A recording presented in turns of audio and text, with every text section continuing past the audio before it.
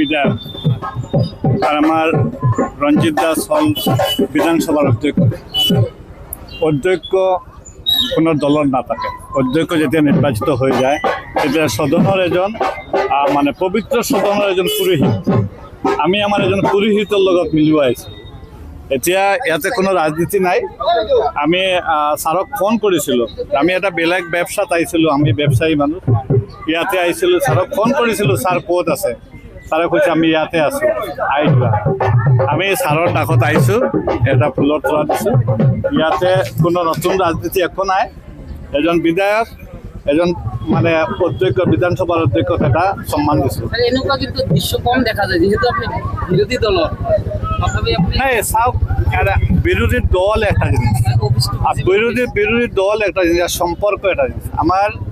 আমার রঞ্জিত দাস ডাঙ্গরিয়ার লগত আমার যে স্পিকার, আমার পুরানা সম্পর্ক আছে। আপনারা জানে আমি আগতে বিজেপিত আছিলোঁ, বিজেপিত MLA আছিলোঁ, ডেপুটি স্পিকাৰ আছিলোঁ। আমাৰ বিজেপিত আনা মানুহজন হ'ল আমাৰ ৰঞ্জিত দাস।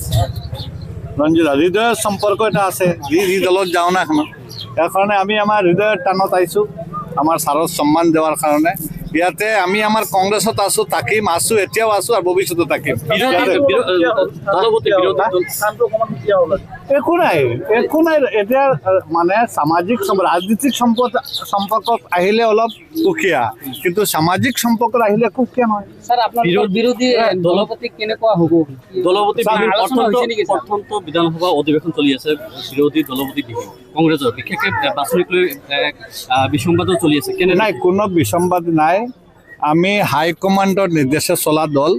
হাইকমাণ্ডে যেতিয়া কৈছে যে আমি আমাৰ উপস্থিতিতে দলীয় যিটো LP যিটো আছে সিহঁতক মানে ঠিক কৰা হ'ব, মানে আমাৰ পৰিষদীয় নেতা ঠিক কৰা হ'ব, আমি ৱেইট কৰি আছোঁ। আমাৰ হাইকমাণ্ড আহিব, আমি সব বিধায়কে এজনৰ নাম আনিমাছলি ঠিক কৰি ৰাখিছোঁ। বিধায়কৰ মানে হাইকমাণ্ডৰ সন্মুখত ৰাখিম, তেতিয়া ডিক্লেয়াৰেশ্যন হৈ যাব। কিমান দিনৰ ভিতৰত হ'ব? যিহেতু হৈ যাব, আপোনাৰ সোমবাৰৰ আগত হৈ যাব। সোমবাৰৰ আগত একো এইটো চিন্তা কৰা, এইটোলৈ কোনো বিসম্বাদী নাই। আমি আনিমাছলি চিলেকশ্যন কৰি ৰাখি দিছোঁ। অকল আমাৰ দলীয় হাইকমাণ্ডৰ নিৰ্দেশ যেতিয়া আহিব তেতিয়া আমি ডিক্লেয়াৰ কৰিম। TMC কিন্তু খাতা খুলিছে অসমত, শ্বেৰবান আলীও আছে কিন্তু আপোনালোকৰ TMC কোনোবা দলে খাতা খুলিব, কোনোবা দলে খাতা বন্ধ কৰিব, এইটোতো পৰম্পৰা। এনে আগতেও খাতা খুলিছে, বন্ধ হৈছে। আপোনাৰ নিজা সমষ্টিৰ বাবে কি কৰিব? আমাৰ সমষ্টিত যিটো উন্নয়ন কৰিব লাগে এইটো কৰিম। আমি যেতিয়া 16-21 MLA আছিলোঁ তেতিয়া সমষ্টিৰ কাম হৈছে, বহুত কাম কৰিছোঁ। ইয়াৰ কাৰণে সমষ্টিৰ ৰাইজে আকৌ আমাক মানে বিধায়ক কৰিছে। তেতিয়া সমষ্টিৰ যিটো কাম কৰিব লগা আছে সেইটো কৰিম। আপুনিতো হ'ব পাৰে বিধায়ক দলপতি, আপুনিতো হ'ব পাৰে, দলে যদি দিয়ে দলে আমাক যে দিব এইটো কথা নাই। আনিমাছলি আমি সব বিধায়ক 19জন বিধায়কে এজনক মানুহ মানে। আমাৰ ইয়াতে কোনো বিসম্বাদী একো নাই। এজনক আমি মানুহ, যিজনে চলাব পাৰিব, যিজনে আমি ফেচ কৰিব পাৰিব। ইমান শক্তিৰ বিৰুদ্ধে এজনে ফেচ কৰা মানুহ লাগিব নহয়।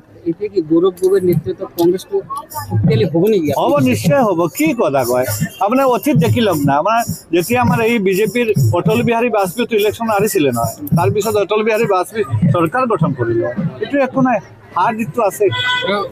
শেহতীয়াভাৱে কক্ৰচ লৈ যি ছ'চিয়েল মিডিয়াত যি চৰ্চা লাভ কৰিছে, জেএনজিৰ লৈ যি মন্তব্য, উচ্চতম ন্যায়ালয়ৰ যি এজন জ্যেষ্ঠ ব্যক্তিৰ কথাৰ পিছতে জেএনজিক লৈ যে কক্ৰচ, কি দেখিছে?